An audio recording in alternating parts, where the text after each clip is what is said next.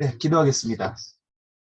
사랑의 하나님 감사합니다. 오늘 EX 13 말씀을 나눌 수 있도록 인도하심을 감사합니다. 말씀 속에서 역사하고 계시는 선생님께서 오늘 임재하사 이 능력의 말씀을 같이 나눌 때에 이 말씀 그대로 그리스도인의 정체성을 바로 깨달을 수 있는 귀한 제자들이 될 수 있도록 인도하여 주옵소서. 우리의 정체성, 복음의 일꾼, 복음의 제사장 역할을 잘 감당할 수 있도록 인도해 주시고 언제나 어디서나 나의 현장을 바라보면서 나를 점검하면서 더욱더 주님의 발자취, 주님의 복음의 발자국을 따라 걸을 수 있는 귀한 제자들이 될 수 있도록 인도하여 주옵소서. 말씀을 나누는 처음 시간입니다. 마치는 시간까지 언제나 동행하사 이 능력의 말씀이 오늘 나의 말씀으로 받아들일 수 있는 귀한 시간 될 수 있도록 인도하여 주옵소서. 이 모든 말씀 우리 주 예수 그리스도 이름으로 기도합니다. 아멘. 네, 우리 말씀 나누겠습니다. 베드로 전서 2장 9절서부터 10절까지 있는 말씀. 베드로 전서 2장 9절서부터 10절까지 있는 말씀. 네, 제가 봉독합니다. 그러나 너희는 택하신 족속이요 왕같은 제사장들이요 거룩한 나라요 그의 소유가 된 백성이니 이는 너희를 어두운 데서 불러내어 그의 기이한 빛에 들어가게 하신 이의 아름다운 덕을 선포하게 하려 하심이라. 너희가 전에는 백성이 아니더니 이제는 하나님의 백성이요 전에는 긍휼이 얻지 못하였더니 이제는 긍휼을 얻은 자니라. 아멘. 네, 오늘 이 말씀을 갖고 그리스도인의 정체성을 아는 제자라는 말씀으로 우리 같이 말씀을 나누고자 합니다. 이제 첫 번째 말씀 나누기 전에 이 정체성이라는 게 과연 무엇인가라는 얘기를 하고자 합니다. 그 전에 먼저 이번 주는 성령 강림 주일로 아마 많은 교회에서 절기를 지키실 줄 믿습니다. 또 개인적으로도 이 성령 강림 주일을 맞이하신 분도 계실 텐데 우리가 절기를 기억하고 지키는 것은 뭐 매년 돌아오는 거지 뭐 똑같은 건가 이렇게 생각하지 마시고 정말 한 번 더 우리 성령의 임재함을 체험하게 해달라는 그러한 기도와 또한 한 번 더 생각할 수 있는 회고할 수 있는 또는 정말 계속해서 우리가 잊어버리기 때문에 그걸 잊어버리지 않게 하는 장치다라는 생각을 하시면서 더욱더 말씀과 가까워질 수 있는 기간이었으면 좋겠다라는 생각이 되게 많이 듭니다. 그래서 절기를 그냥 넘기지 마시고 반드시 이 절기의 중요성에 대해서 아시면서 넘어가는 게 좋다라는 말씀을 드리면서 오늘 말씀을 같이 또한 나누고자 합니다.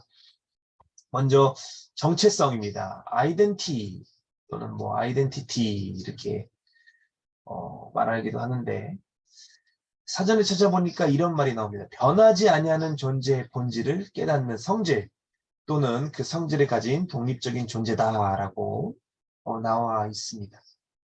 그러니까 이 정체성이라는 것이 보이지 않지만 존재하고 있는 그 본질이다라고 세상적인 사전에서도 정의를 하고 있어요. 그럼 이러한 정체성이 성경에도 나오는가? 찾아보니까 나오고 있더라는 겁니다. 바로 믿음이라는 조상이라고 불리는 우리 아브라함, 이삭, 야곱, 요셉까지 이르는 이 연결고리 속에 바로 택한 백성, 창세기 12장의 그 언약의 말씀을 붙잡은 자들이 바로 이렇게 이러한 정체성을 가진 자들이 대를 이어 정말 하나님께 쓰임받고 복을 받는 가문이 되고 있고요. 또한 400년간 종살이를 하다가 정말 모세가 하나님의 부르심을 받고 쓰임을 받고 그 모세 밑에 갈렙과 여호수아가 있었지만 하나님께서 택하신 여호수아 바로 그 정체성을 붙잡은 여호수아가 모세의 대를 이어서 이스라엘 백성들을 이끌었었고 또한 사무엘 선지자, 다윗, 솔로몬, 대를 이어서 다니엘까지 쭉 나오는 이 변하지 않는 정체성, 믿음, 것들이 쭉 나오고 있어.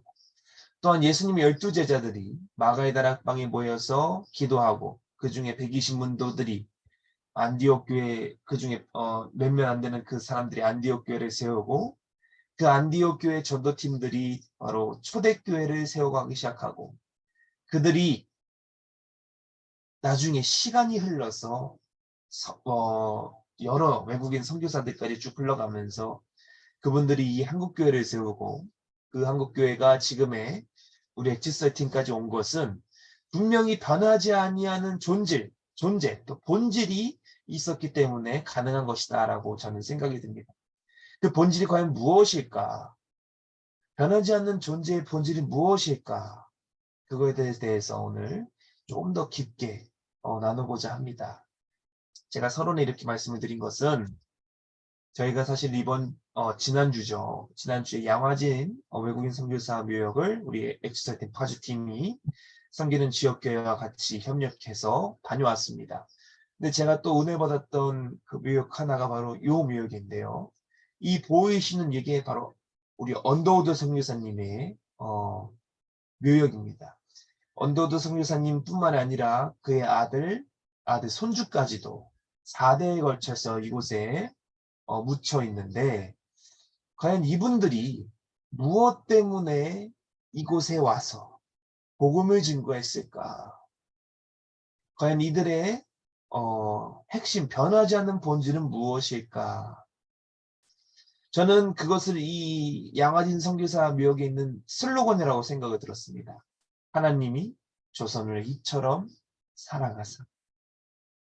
정말 하나님의 사랑이 그 복음이 그때만 해도 1885년도만 해도 대원군과 구한말 시대이기 때문에 복잡한 이 시대에서 또한 정말 아무것도 없는 이 조선 땅에 황무지 같은 땅에 복음을 씨앗이 뿌려졌고 그 씨앗들이 지금에 와서 열매를 맺고 지금의 한국교회가 된 것처럼 정말 이분들이 변하지 않는 정체성, 바로 그리스도인의 정체성을 아는 제자였기 때문에 이러지 않았나라는 생각이 또한 많이 들었습니다. 그 다음으로는 또 제가 존경하고 또 좋아하는 선교사님 중 하나인데 바로 우리 아펜젤러 선교사님입니다.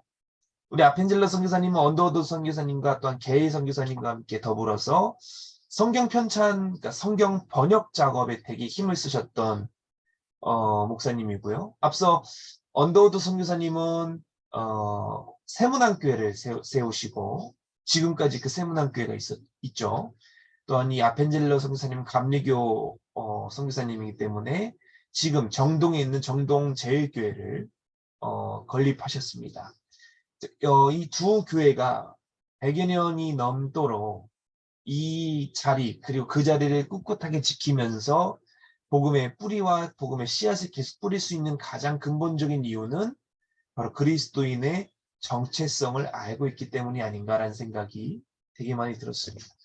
바로 그리스도인의 정체성, 이것이 무엇일까? 어디서부터 이 정체성이 나오는 것일까?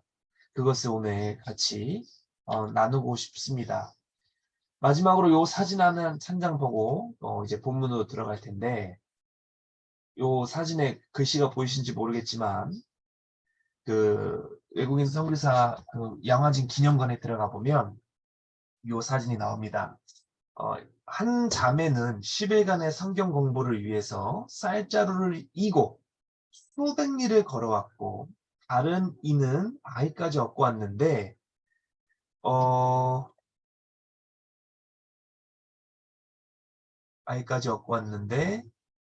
그들의 손에는 손때 묻고 낡아 빠진 성경이 들려 있었습니다. 밀러 선교사님의 회고록 중에 하나가 나옵니다.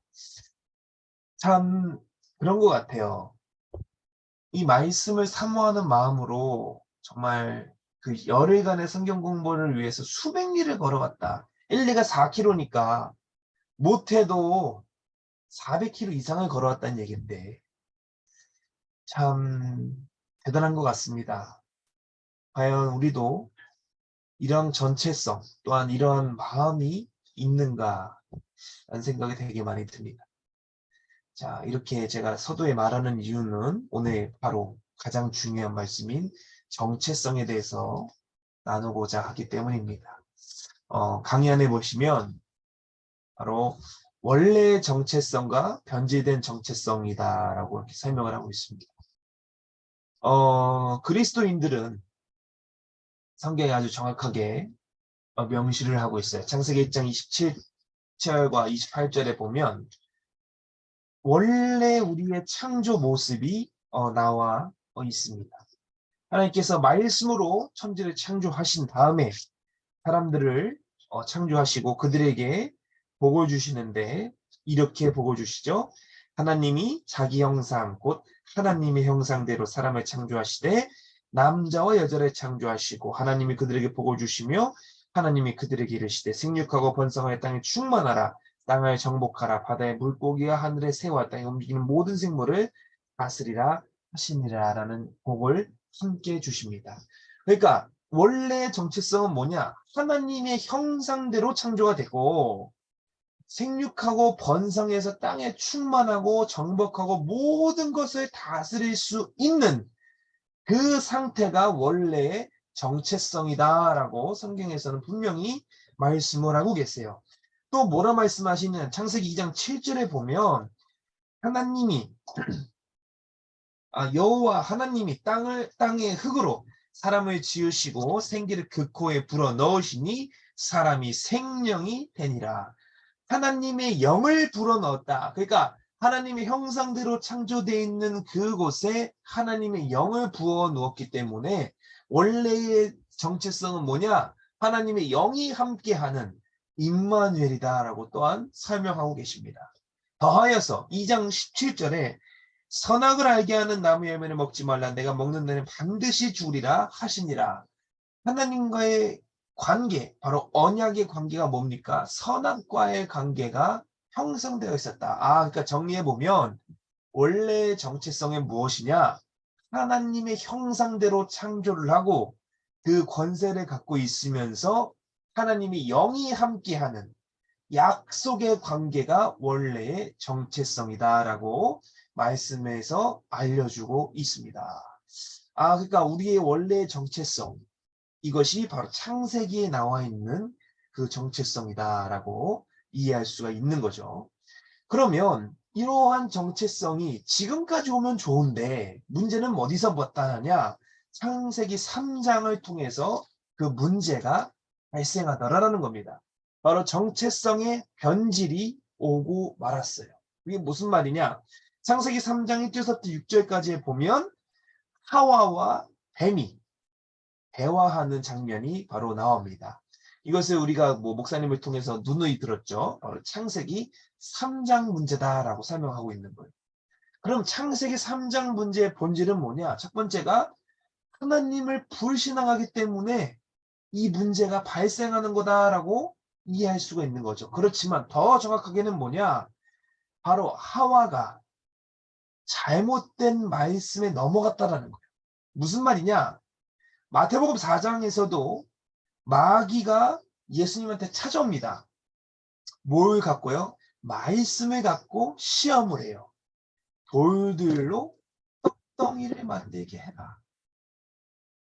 그냥 시험하는 게 아니라 마귀도 하나님의 말씀을 갖고 시험하더라라는 거예요.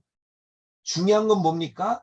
잘못된 말씀을 알아버리면 그것이 진짜인 줄 알고 넘어간다는 거예요. 그게 마귀와 교제하는 첫 단추입니다. 마귀는 생각으로도 당연히 오죠. 생각으로도 오고 사람 간의 관계에서도 오지만 정말 본질적으로 뭐에서부터 오냐? 잘못된 말씀을 들고 오는 거예요. 다시 말합니다. 잘못된 말씀. 다시 말할게요. 내 임의로 해석해버리는 말씀을 통해서 온다라는 이런 말씀이죠. 그 전에 목사님께서 말씀하셨죠. 술 취하지 말라고 하지 않았습니까? 술을 마시라는 말이 아니지 않습니까? 물론 그 잘못된 말씀은 아닙니다. 근데 뭘 말하고 싶은 거냐? 내가 임의로, 내 욕심대로, 내 생각대로 해석되는 그 말씀을 통해서 마귀가 틈을 타더라라는 거예요. 하와가 왜 넘어갔나요? 간단한 이유입니다. 하나님은 불신했기 때문에도 맞지만 더 정확하게는 뭐냐? 임의로 그 하나님의 말씀을 해석해버린 거예요. 뭐라 나옵니까? 3장 6절에 여자가 나무를 본즉 먹음직도 하고 보암직도 하고 지혜롭게 할 만큼 탐스럽기도 한 나무다라고 설명하고 있어요. 내가 본 거예요. 내가 내 말씀, 그 하나님의 말씀을 내 임의대로 해석해버린 거예요. 그러니까 보암직도 하고 먹음직도 한 겁니다.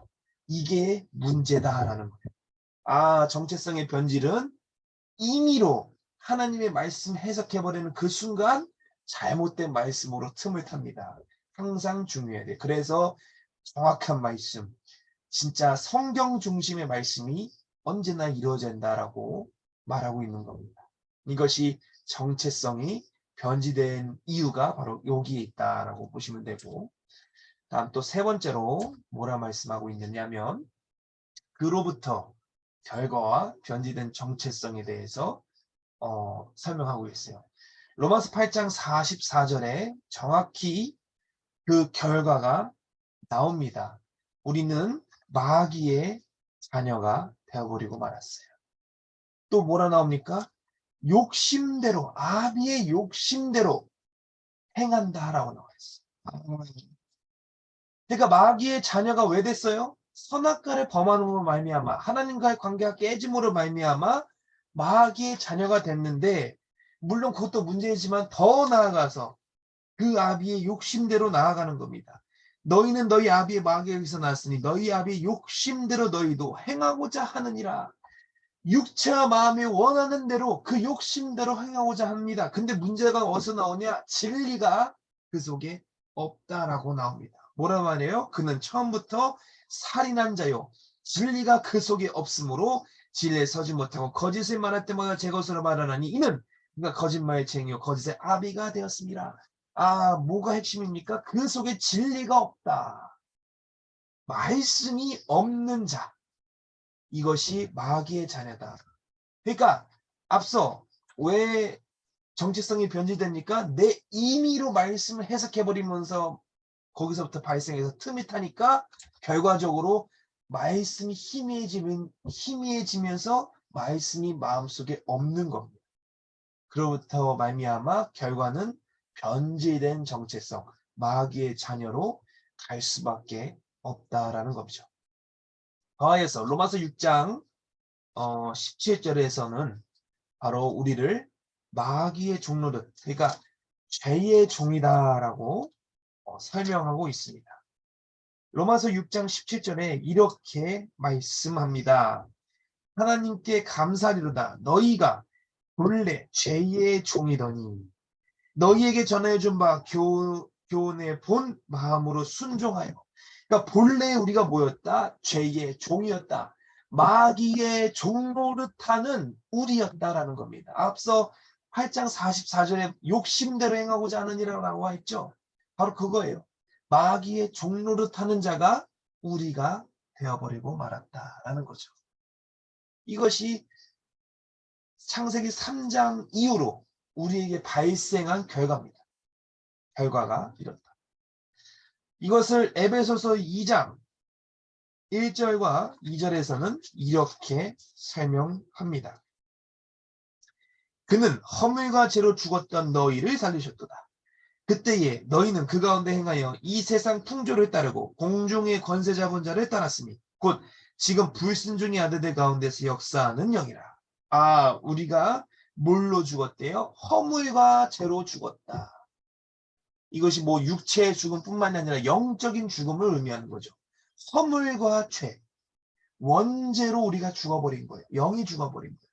거기에 더하여서 그 가운데서 세상의 풍조를 따르고, 핵심이 어디 있습니까? 바로 뒤에 있죠. 공중권세 잡은 자를 따랐으니 곧 불순종의 들이라. 그 영을 따른 거예요. 공중권세 잡은 자를 우리가 따라간 겁니다. 그 이유가 어디 있어요? 진리가 그 속에 없습니다. 다시 말할게요. 말씀이 그 속에 없기 때문에 따라가는 거다라는 거예요. 자, 그럼 정리합니다.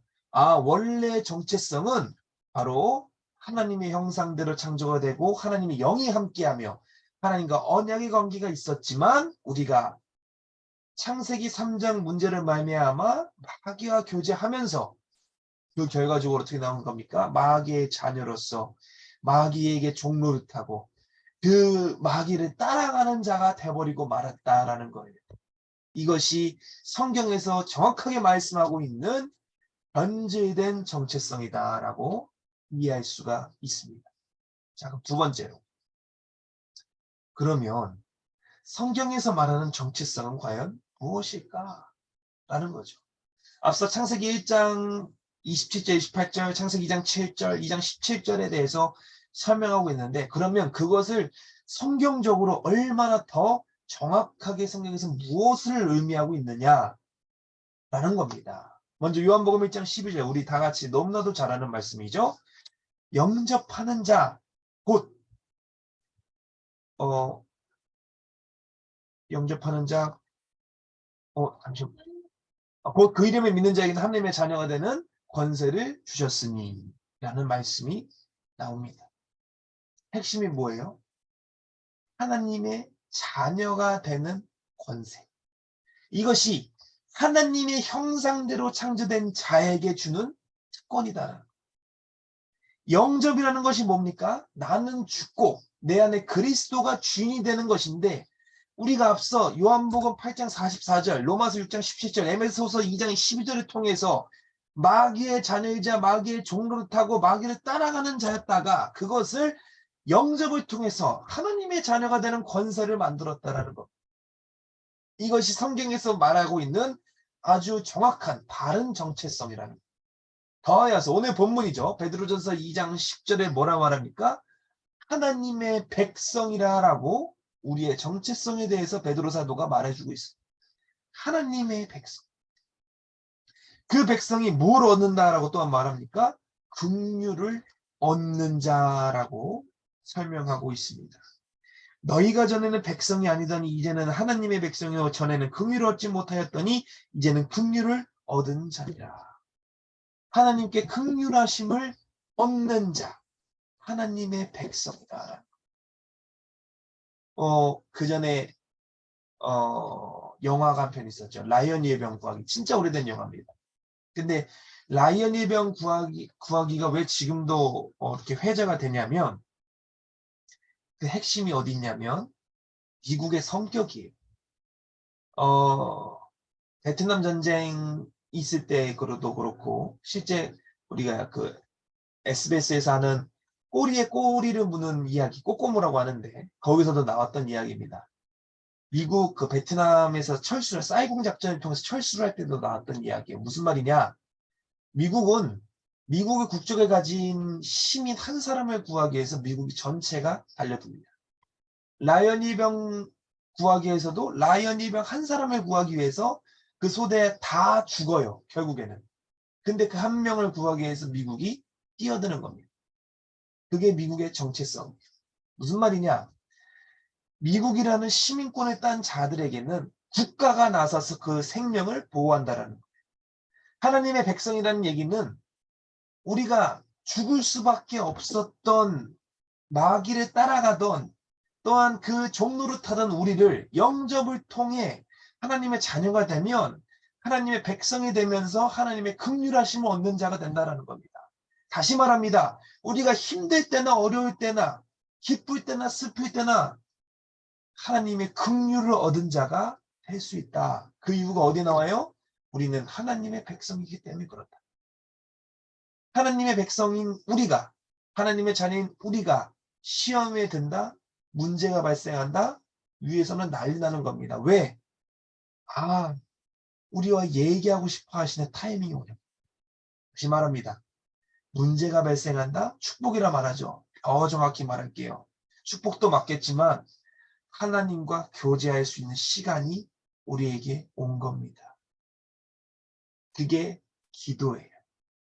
제가 어느 묵상을 하다가 어느 글에서 봤습니다. 어느 목사님이 이런 말씀 하시더라고요. 기도는 무엇이냐? 멈춤이다. 무슨 말이냐? 내 뜻대로 하다가 내 생각대로 하다가 기도를 하는 순간 그 내 생각이 멈춰요. 하나님의 생각을 물어보는 게 오는 겁니다. 우리도 하나님의 백성이고 하나님의 자녀이면 영접을 통해 우리가 하나님의 자녀가 됐다면 기도하셔야 돼요. 내 생각을 잠시 멈추고 하나님의 생각을 구해야 됩니다. 이것이 하나님의 백성이자 하나님의 자녀가 되는 첫 번째 정체성이다 라고 말씀하고 싶습니다. 우리 어려운 얘기 아닙니다. 애들한테도 엄마 아빠 있는 자녀들 보세요. 엄마 이거 어떻게 할까요? 모르면 물어보죠. 심지어 학교 가면 선생님 이거 어떻게 풀어요? 물어봅니다. 그 물어봄이 기도해. 내 생각은 멈추고 하나님의 생각을 구하는 것. 이것이 하나님의 자녀이자 하나님의 백성, 긍휼을 얻은 자다라고 이해할 수가 있을 것 같아요. 세 번째로 성경에서도 이렇게 말합니다. 오늘 본문 2장 9절에 그러나 너희는 택하신 족속의 왕같은 제사장들이요 거룩한 나라요 그의 소유가 된 백성이니 이는 너희를 어두운 데서 불러내어 그의 기이한 빛에 들어가게 하신 이의 아름다운 덕을 선포하게 하려 하시니라. 뭘 말합니까? 우리를 왕같은 제사장이다라고 설명하고 계세요. 하나님이 택하시고 우리에게 왕같은 제사장의 직분을 허락하시고 우리가 어디에 있대요? 거룩한 나라의 그의 소유가 된 백성이다. 그러니까 하나님의 나라의 소유가 된 백성, 그 하나님의 나라가 내 안에 있는 겁니다. 근데 그게 뭐예요? 기이한 빛, 바로 예수 그리스도. 고린도서 4장 4절에서 광채 설명하고 있죠? 그리스도. 그 그리스도가 바로 내 안에 있다. 그래서 우리는 뭘 한대요? 왕같은 제사장으로서 덕을 선포하게 하신다. 아름다운 덕, 바로 복음을 선포하게 하신다라는 겁니다. 이것이 왕같은 제사장의 정체성이다라는 거죠. 사도 바울은 베드로 사도보다 조금 더 깊게 설명을 합니다. 우리를 왕같은 제사장보다 조금 더 정확하게 표현을 했어요. 바로 복음의 제사장이다라고 표현을 합니다. 로마서 15장 16절에 이렇게 말씀합니다. 이 은혜는 곧 나로 이방인을 위하여 그리스도 예수의 분이 되어 하나님의 복음의 제사장의 직분을 하게 하사 이방인을 제물로 드리는 것이 성령 안에서 거룩하게 되어 받으실 만하게 하려 하심이라. 뭐라 설명합니까? 예수의 일꾼이 되어 하나님의 복음의 제사장의 직분을 하게 했다.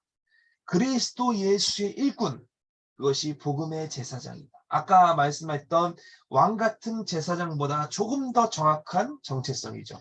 복음의 제사장이다. 우리는 그리스도 예수의 일꾼이다.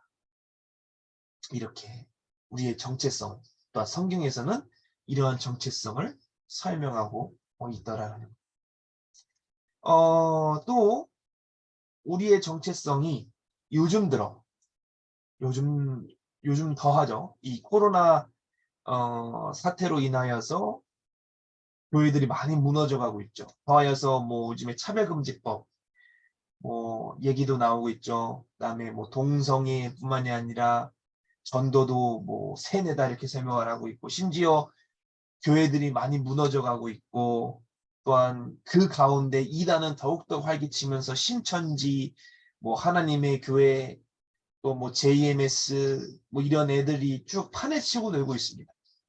이러한 가운데 계시록 2장 24절에 이렇게 설명을 합니다.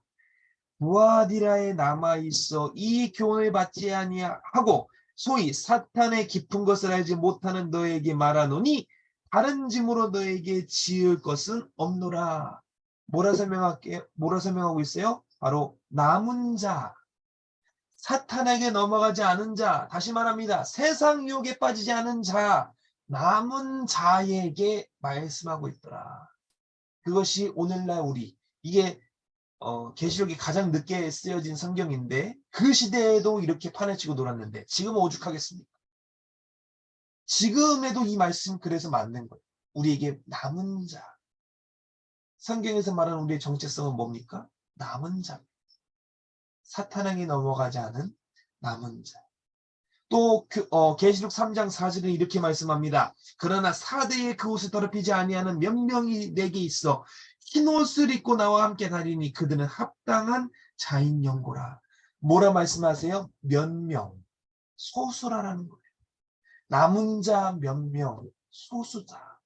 이 옷을 더럽히지 않는 몇 명 뭡니까? 세상에 찌들지 아니하는 자, 사탄에게 넘어가지 아니한 자, 이 몇 명을 찾으신다. 그들에게 말씀하신다.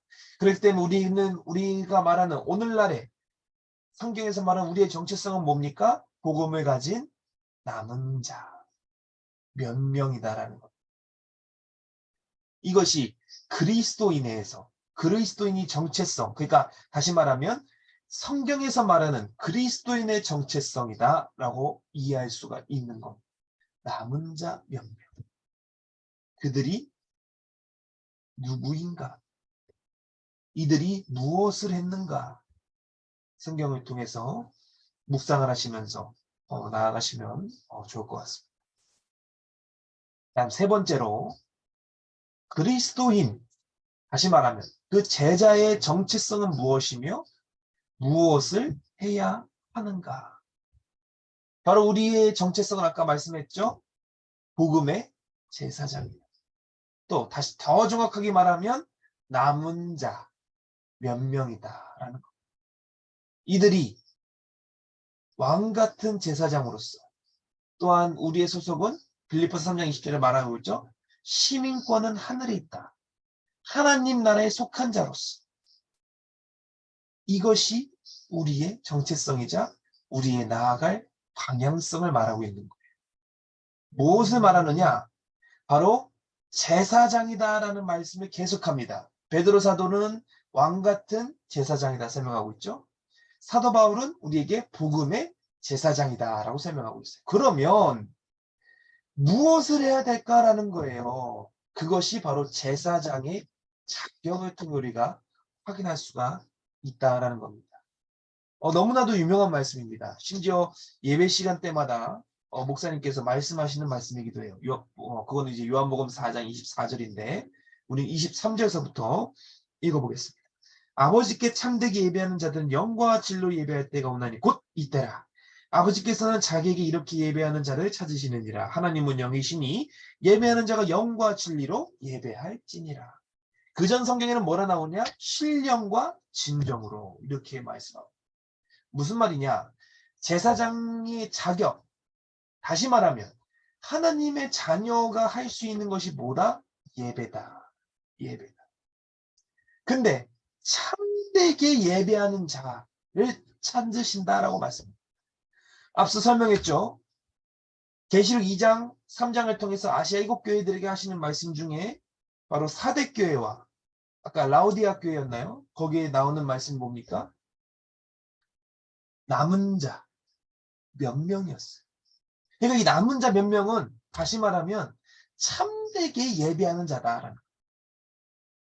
제사장들이 다 같은 제사장들이 아니라 참되게 예배하는 자들이 있더라. 다시 말합니다. 교회 안에 똑같이 예배한다고 쳐요. 근데 누구는 진짜 신령과 진정으로 영과 진로 예배하는 자가 있는 반면에 의자만 따끈하게 대펴놓고 나가시는 사람들도 있더라. 그걸 계시록에서 뭐라 말합니까? 사탄의 회당이다 이렇게 말하고 있어요. 참되게 예배하는 자. 예배가 뭡니까? 전능하신 하나님께 내가 나아가는 게 예배예요. 다시 말하면 그 하나님을 내가 인정하는 거예요. 하나님보다 아래에 있고 주님이 주인 되시고 그걸 인정하는 게 예배인데 그런 예배에 나와 있는 자들이 다 같은 자들이 아니라 하나님 머리 꼭대기에 올라가는 자들이 있더라는 거예요. 주님보다 앞서지 않고 주님의 말씀을 기다려야 되는데 주님보다 앞서, 그것도 한참 앞서. 그러면서 뭐라 말해요? 주님 보고 내 뜻대로 이것이니 주님께서 응답해 주세요. 이게 과연 참되게 예배하는 자인가? 내 뜻 다 정해놨어. 뭐 예를 들어서 100억을 달라고 해서 기도를 합니다. 100억을 주셔야 됩니다. 답을 다 정해놨어. 100억을 달라고 답을 다 정해놨어. 근데 응답이 안 오네. 시험이 들어요. 그리고 교회를 떠나요. 그렇게 되면 진짜 다행인 케이스입니다. 문제는 뭐냐? 그 자들이 돌아와서 교회를 무너뜨리더라라는 거. 그걸 우리가 경계해야 돼요. 그렇다고 배척해야 되나요? 아니요. 배척이 아니라 인내하며 기다리며 기도해야 돼요. 정죄를 하라는 말이 아닙니다. 또는 배척하라는 말이 아닙니다. 빌라델피아 교인들에게 하신 말씀에 보면 작은 능력을 갖고도 너가 행하였다. 내 환경 속에서도 내 능력을 인내하면서 교회 안에서 인내하면서 행하였다라는 거예요. 실제 제가 극동방송에서 들었던 사례입니다. 어느 미국의 한 교회에서 목사님이 계셨어요. 근데 그 이제 대예배를 준비하고 계셨는데 이제 뒤에서 이제 그 목사님은 교회 맨 뒷자리에서 기도를 하시고 강단을 올라가시는 것 같아요. 이제 기도를 하시고 교회 딱 그 강단에 올라가려고 딱 기도를 하려고 맨 뒷자리로 가시는 도중에 노숙인을 만난 거니까 불황인을 만난 거지. 근데 그 냄새가 엄청나게 찔렀어요. 근데 목사님 마음이 이런 생각이 들었대. 저 분한테 한 $5 정도 주면 그냥 가겠구나. 그래서 주머니에서도 $5를 다 준비해서 갔어. 꺼내려고 하는데 그 노숙인이 첫 번째 한 말이 뭐냐.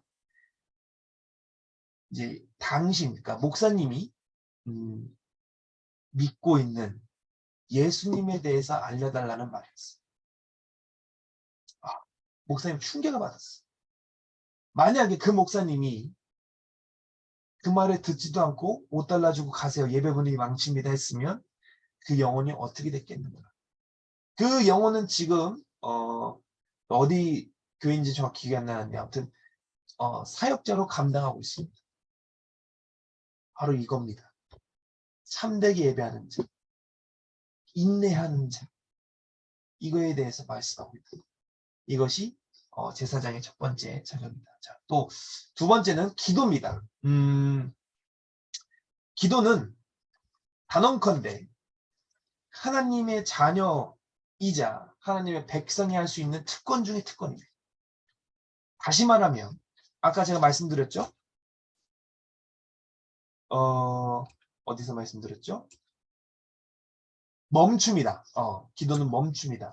내 생각을 접어뒀고 하나님의 백성으로서 그리스도인의 제자로서 하나님의 생각을 물어보는 것도 기도고 또 기도는 영적인 호흡이라고 그러잖아요. 호흡처럼 끊임없이 하나님과 대화하는 것도 기도입니다. 근데 중요한 건 뭐냐? 그 기도를 누구만 할 수 있다? 바로 하나님의 자녀만이 그 기도의 특권이 있다라는 거예요. 근데 다 같은 기도인 줄 알았는데 이 성경을 찾아보니까 다 같은 기도가 아니더라라는 거예요. 제가 제시했던 잠언 15장 8절에 이렇게 나와요. 악인의 제사는 여호와께서 미워하셔도 정직한 자의 기도는 그가 기뻐하시느니라. 정직한 자의 기도를 기뻐하신다. 정직한 자. 이게 뭡니까? 교만하지 아니한 자. 다시 말하면 내 뜻, 내 생각을 다 버리고 하나님이 주인 되심을 인정하는 자의 기도는 하나님께서 기뻐하신다. 이것이 제사장의 자격이다. 또 기도는 하는 기도도 있지만 되어지는 기도도 있더라라는 거예요. 되어지는 기도. 하는 기도도 중요합니다. 내가 뭐 힘을 써서 하는 기도도 중요해요. 주님도 겟세마네 기도하실 때 힘써서 기도하셨다는 것처럼 하는 기도도 굉장히 중요합니다. 중요하지 않다는 게 아니에요. 근데 더 중요한 건 되어지는 기도가 더 중요하다고 저는 생각이 듭니다. 로마서 1장 9절에서는 이렇게 설명합니다. 내가 그의 아들 복음 안에서 내 심령으로 섬기는 하나님이 나의 증인이 되시거니와 항상 내 기도에 쉬지 않고 너희를 말하며 쉬지 않고 너희를 말한다. 끊임없이 어디한테 로마 교인들에게 바로 이거예요. 제사장의 자격이 바로 이겁니다. 되어지는 기도. 기도를 하려고 눈을 감고 혹은 기꺼이 댕기다가도 생각이 나면 기도가 되는 거예요. 진짜 이러한 기도. 헤어지는 기도가 제사장의 참된 자격이다 말합니다. 세 번째로 바로 헌금입니다. 레위기서 23장 10절은 바로 첫 번째 수확한 이삭 한 단을 바치는 절기고, 또 레위기와 신명기에서 뭐라 말하냐면 11조에서 말해. 11조에 대해서 말하고 있어요. 또 누가복음에서 설명하고 있는 과거의 두렙돈, 헌금에 대해서 말하고 있습니다. 근데 제가 왜 이걸 여기다 넣어놨냐? 헌금은 아무나 하는 게 아니에요. 제사장의 자격이에요. 다시 말합니다. 그리스도인의 자격 중 하나가 바로 헌금입니다. 내가 하나님께 드릴 수 있다는 것, 내 마음을 드린다는 것, 내가 가장 소중하게 여긴다는 것에 드린다는 것은 진짜 엄청난 자격입니다. 과부의 두렙돈, 가진 것이 딱 두렙돈이었어요. 내 전부를 드린 거예요. 쉽지 않은 겁니다. 헌금, 매덕, 그게 중요한 게 아닙니다. 처음 것의 중요성을 제가 적어놨죠. 무슨 말이냐? 하나님은 늘 첫 것을 되게 중요하게 생각하세요. 왜? 처음 것에 내 마음이 쏠려요. 처음 것에 내 생각과 의식이 자연스럽게 갑니다. 집중이 돼요. 그것을 하나님께 드리기를 하나님은 원하세요. 왜? 너의 집중은 하나님이기를 원하는 겁니다. 그래서 첫 번째 바치는 것을 굉장히 중요하게 생각하세요. 첫 열매. 여기서 나오는 첫 열매. 또 11조. 11조 이런 말을 합니다. 율법이다 이렇게 말하는데, 성경적으로 말씀드릴게요. 11조는 율법이 아닙니다. 왜 그러냐? 율법이라는 것이 모세 이후에 만들어졌는데, 그 말을 뒤집어보면 뭐냐면, 모세 전에 누가 있었어요? 아브라함이 있었어요. 아브라함은 멜기세덱한테 10분의 1을 줍니다. 제사장한테. 잠깐만. 11조라는 규례가 만들어지기 전에 아브라함 이미 11조를 했다라는 거예요. 그럼 11조가 율법입니까? 라는 생각이 엄청 많이 들지 않나요? 당연한 겁니다.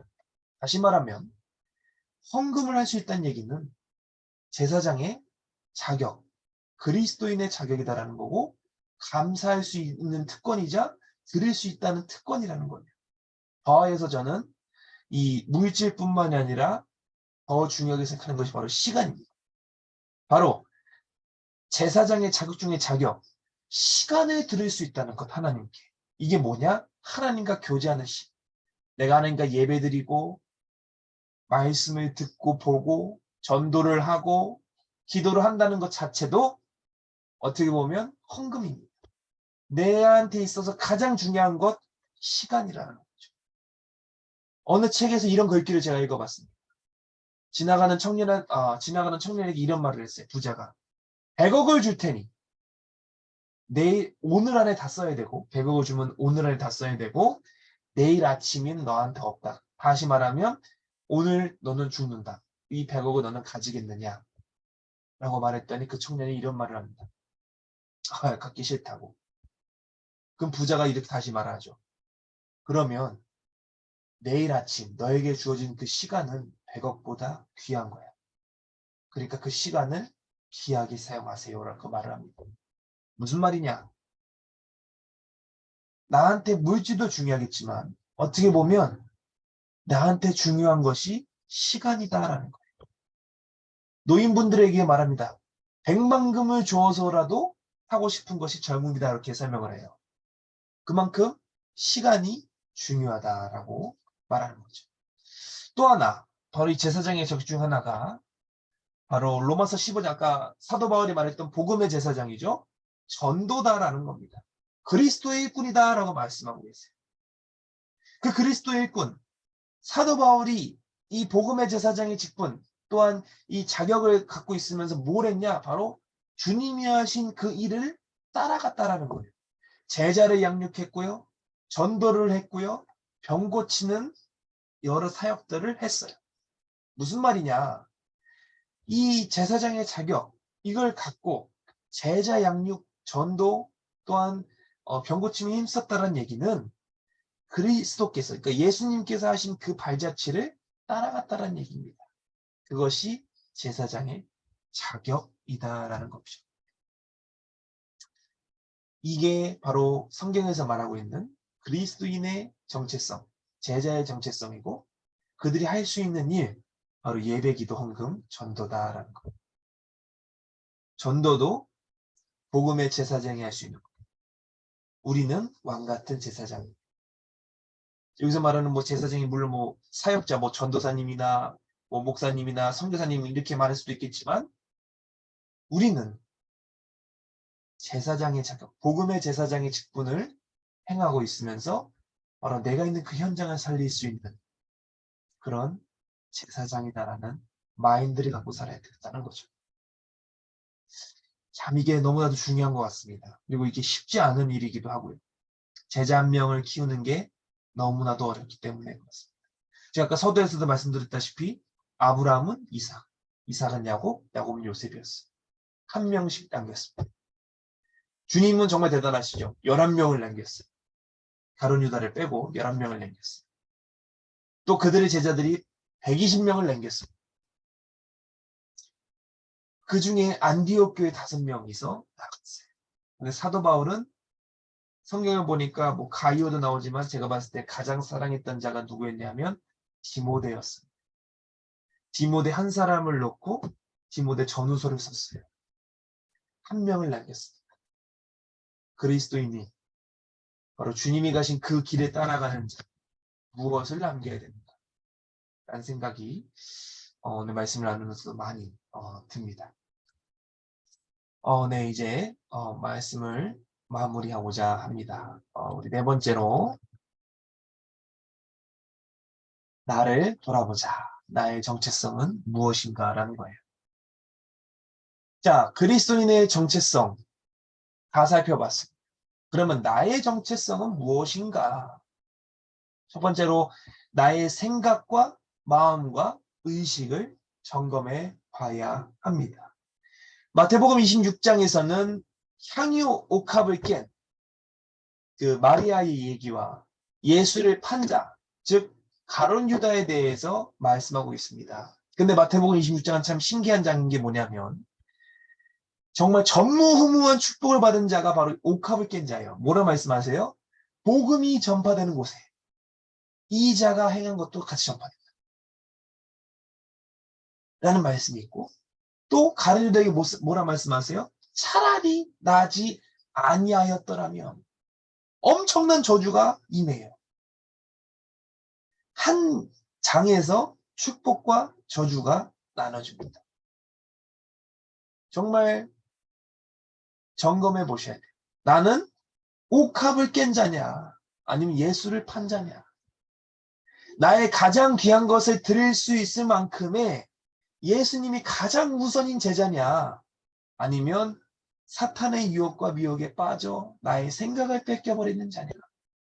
좀 더 와닿게 말씀드릴까요?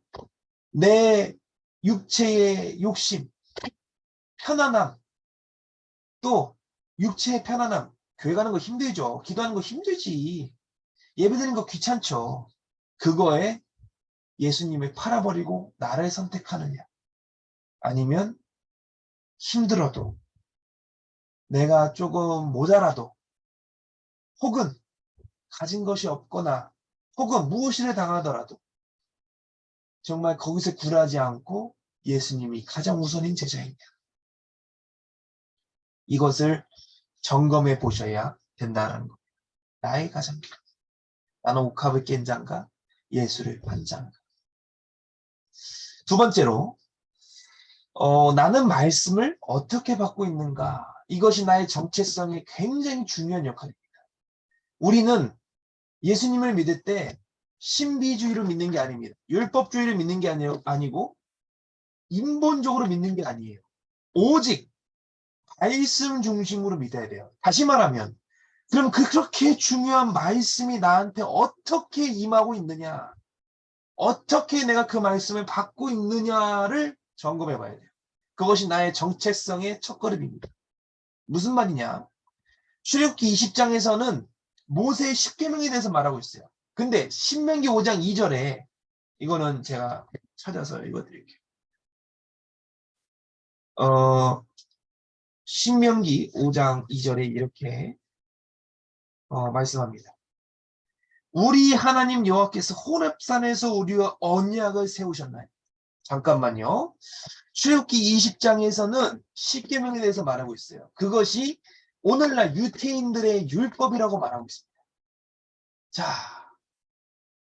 누구는 십계명을 율법화해서 율법주의로 가고 있어요. 그러니까 율법화하고 있어요. 말씀을. 살아 움직이는 말씀을 율법화하고 있다는 거예요.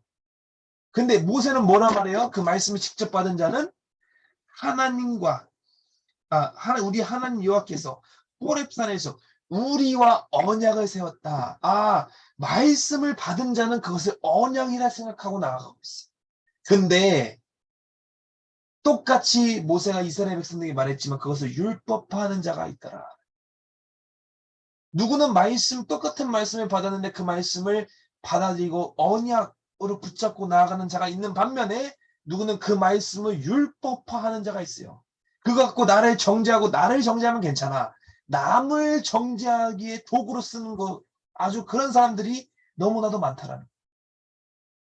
말씀을 받은 자냐 율법화하는 자냐 나를 점검해 봐야 돼요. 이 십계명을 어떻게 이해하고 있느냐. 물론 이 십계명뿐만 아니라 말씀을 우리가 어떻게 받아들이고 있느냐라는 거예요. 말씀을 언약으로 받아들이고 있느냐 아니면 율법으로 받아들이고 있느냐 조심스럽게 물어봅니다. 세 번째로 그렇다면 나의 관점, 정체성이 나타나는 거예요. 무엇인가? 열왕기하 22장에 보면 요시야 왕의 역할이 나옵니다. 요시야 왕은 하나님의 말씀을 언약으로 보고 있어요. 근데 그 장에서 22장에서 대제사장 회개하는 말씀을 뭐로 보고 있다? 율법으로 보고 있다. 반면에 이게 참 거시기한 친구인데 누구냐면 사반이에요. 그 책이라는 표현이 나와요. 말씀을 갖고 사반은 책이라 표현을 하고 요시야 왕은 언약이라 표현하고 대제사장은 그걸 율법이라 표현합니다. 같은 말씀을 두고 누구는 언약이다. 누구는 책이다. 누구는 율법이다 말하고 있다라는 거예요. 이게 과연 무엇인가? 다시 말합니다. 제자인가? 종교인인가? 세상 사람인가? 나의 관점, 나의 정체성은 어디에 있나요? 몸만 교회에 온 종교인인가? 아니면 몸뿐만 아니라 내 정신까지도, 내 정체성까지도 제자인가? 점검해 봐야 합니다. 물론 우리 XLT는 요 책은 아니겠죠. 책은 아니겠지만 이 두 개에서 뭐 있는지 반드시 점검해 봐야 합니다. 자, 마지막으로 이 말씀을 하고 오늘 말씀 마무리하고자 합니다. 나의 현장에서 나는 무엇을 생각하고 무엇을 하는지 점검해 봐야 합니다. 계시록 3장에는 3개의 교회가 나오는데 그 중에 빌라델피아 교회와 라오디아 교회가 나옵니다. 근데 이 빌라델피아 교인들은 칭찬만 받아요. 주님께 칭찬만 받은 교회고 이 라오디아 교인들은 책망만 받습니다. 극렬하게 나타나요. 칭찬과 책망. 그럼 칭찬받은 자는 뭘 했느냐? 바로 나의 환경, 나의 교회, 고난의 상황, 나의 신앙생활에서도 그것을 말씀을 지켜가며 굳건하게 인내했다라는 이 빌라델피아 교인들이 바로 작은 능력을 가지고도 그것을 행하면서 감사하면서 나아갔다는 거예요. 이것이 빌라델피아 교인들의 현장이었어요. 반면에 라오디아 교회는 뭐예요? 이렇게 말씀하죠. 차지도 않고 뜨겁지도 않다. 처해버린다라고 주님께서 말씀하셨어요. 그러니까 나의 영적인 상태도 몰라. 내가 종교인인지도 모르고 그냥 제자인지도 모르고 그냥 교회만 댕기는 친구들이에요. 돌봐줘야 될 친구들입니다. 이 친구들. 그런 상태들이 많이 있어요. 이들이 성경에서 뭐라 말해요? 무리라고 말해요. 무리들이 뭐 했습니까? 주님 못 박았어요. 무리들이 뭐합니까? 포로 생활할 때 다 넘어간 애들이 무리예요. 교회를 무너뜨리는 사람들, 무리들입니다. 이들이 이 미직지근한 신앙생활을 갖고 있었다. 주님은 뭐라 말씀하세요? 토해버린다. 내가 주님이 내 안에 내가 주님 안에 요한복음 15장에 나오죠. 포도나무 비유 갖고 같이 있어야 돼. 근데 토해버린다는 얘기는 뭐예요? 내가 주님 안에 주님이 내 안에 있는 상태가 따로 노는 거예요. 그러면 마귀의 정체성으로 가는 거예요. 자, 이러한 상황에서 빌라델피아 교인들과 라오디아 교회 교인들 어떻게 보고 계십니까? 말씀을 마무리합니다. 오늘 첫 번째, 원래 정체성이 무엇인지, 변질된 정체성, 그리고 그로부터 말미암은 결과는 무엇인지. 두 번째로, 그러면 성경에서 말하는 정체성은 무엇을 의미하고 있는가? 다음에 세 번째로, 그리스도인의 정체성은 무엇이고 무엇을 우리가 해야 될까? 마지막으로 그걸 바탕으로 우리는 우리의 정체성, 나의 정체성을 점검해 봐야 됩니다. 간단합니다. 나를 돌아보는 시간을 가져야 돼. 철저하게 말씀으로 나를 진단해야 돼. 정죄해도 돼요. 나한테만. 남한테 하면 안 되고 나한테는 해도 돼요. 근데 그 정죄로 끝나는 것이 아니라 그 정죄를 딛고 일어나야 합니다. 죄가 뭔지 깨달았으면 그 죄를 이길 수 있는 능력인 예수 그리스도를 붙잡아야 돼요. 이것이 그리스도인의 정체성이자 나아갈 방향입니다. 나를 점검해 보시오. 나는 어떻게 행하고 있고 나의 생각만 음식은 어디에 속해져 있는지, 또는 나는 하나님의 능력의 말씀을 어떻게 받고 있는지, 그로부터 말미암아 그 말씀을 보는 내 관점은 무엇인지, 또한 내가 속해 있는 그 현장에서 나는 무엇을 하고 있는지 늘 점검해 봐야 합니다. 그것이 오늘 말씀의 핵심인 그리스도인의 정체성을 아는 제자다라는 겁니다. 베드로 사도가 우리에게 말하고 싶은 그 메시지가 바로 이겁니다. 왕같은 제사장, 그리스도인의 정체성을 아는 제자가 되었다라는 것을 오늘날 말씀을 나누는 우리에게 전해주는 것 같습니다. 정말 이 말씀을 잘 받으시고 묵상하시면서 한 주간 승리했으면 좋겠습니다. 네, 우리 같이 기도하겠습니다. 은혜와 사랑이 풍성하신 하나님 감사합니다. 오늘 그리스도인의 정체성을 아는 제자, 이 말씀에 대해서 같이 나눠봤습니다.